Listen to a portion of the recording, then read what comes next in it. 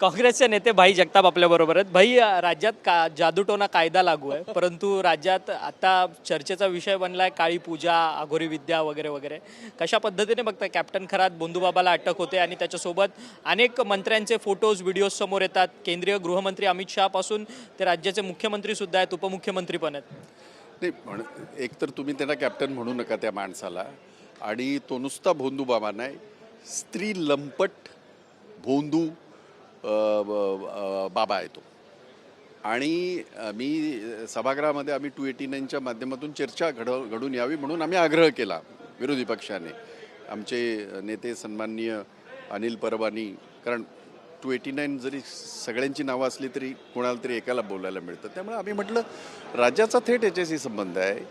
शाहू फुले आंबेडकरांचं नाव घेताना लाज वाटायला पाहिजे की ज्या पद्धतीने ह्या सभागृहामध्ये आम्ही अनेक कायदे पारित केले, त्यातला ही ज्या कसल्या काय काळ्या पूजानं काय न कसलं काय हे सगळं ह्या शाहू फुले आंबेडकरांच्या महाराष्ट्राला शोभतं.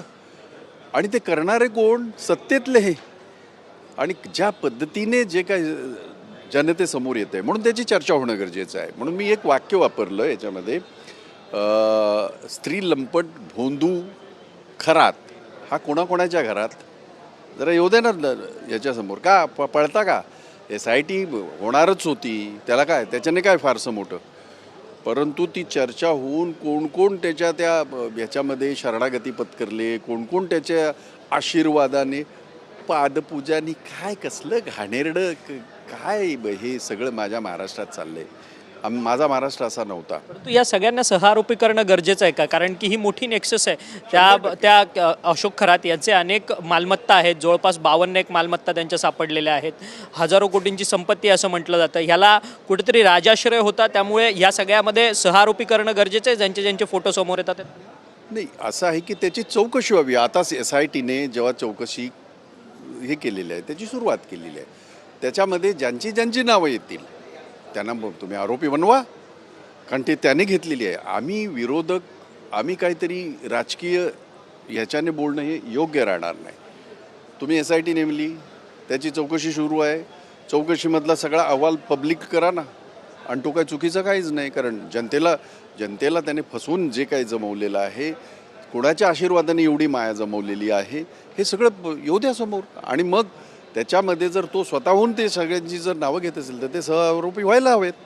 तर विधानसभेचा शेवटचा आठवडा सुरू आहे, परंतु पायऱ्यांवरती मात्र सत्ताधारी आंदोलन करतात आहेत. सातारा जिल्ह्याच्या जिल्हा परिषद निवडणुकीच्या संदर्भात पालकमंत्र्यांना जुमानलं गेलं नाही, पालकमंत्र्यांना पोलिसांनी रेटारेटी केली, पालकमंत्री त्यात जखमी झाले. कशा पद्धतीने बघता? खरं तर यशवंतराव चव्हाणांचा जिल्हा म्हणून ओळखला जातो हा सातारा जिल्हा, त्या जिल्ह्यामध्येही अशी परिस्थिती होते.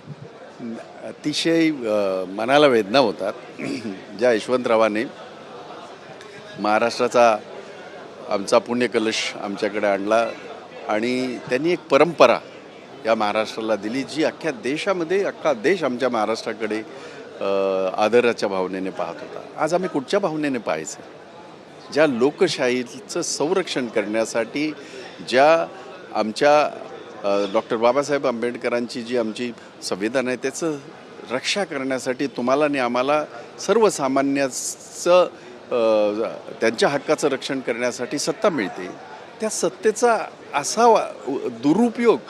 आणि जर माझा तर साधा प्रश्न, आम्ही तर विरोधक आहोत, जर तुम्ही चांगल्या शब्दात बोललात पण त्या मंत्र्यांना बदडलाय हो. असे काही धक्काधक्कीने कोण जखमी होत नाही, बदडलाय. आणि ते सांगतात आहेत, ते स्वतः बसलेच होते ना, त्यांना विचारा की.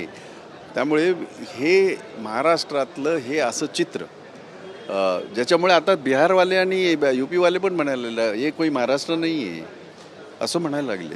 डिक्टेटरशिप आली आहे, आहेच आले, ही डिक्टेटरशिपच आहे याच्यामध्ये.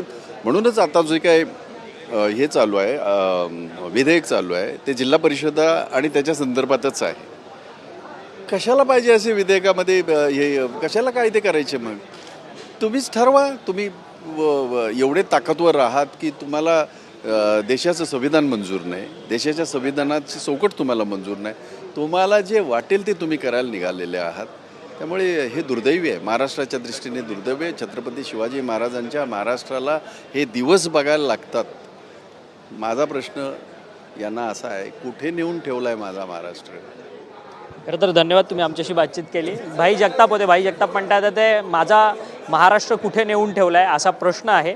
खरं तर सातत्यानं अशा पद्धतीची डिक्टेटर अर्थात हुकुमशाही पद्धती या राज्यात आलेली आहे असं त्यांचं म्हणणं आहे. व्हिडिओ जर्नलिस्ट योगेश गुरवसह अक्षय मंकणी, TV9 मराठी, मुंबई.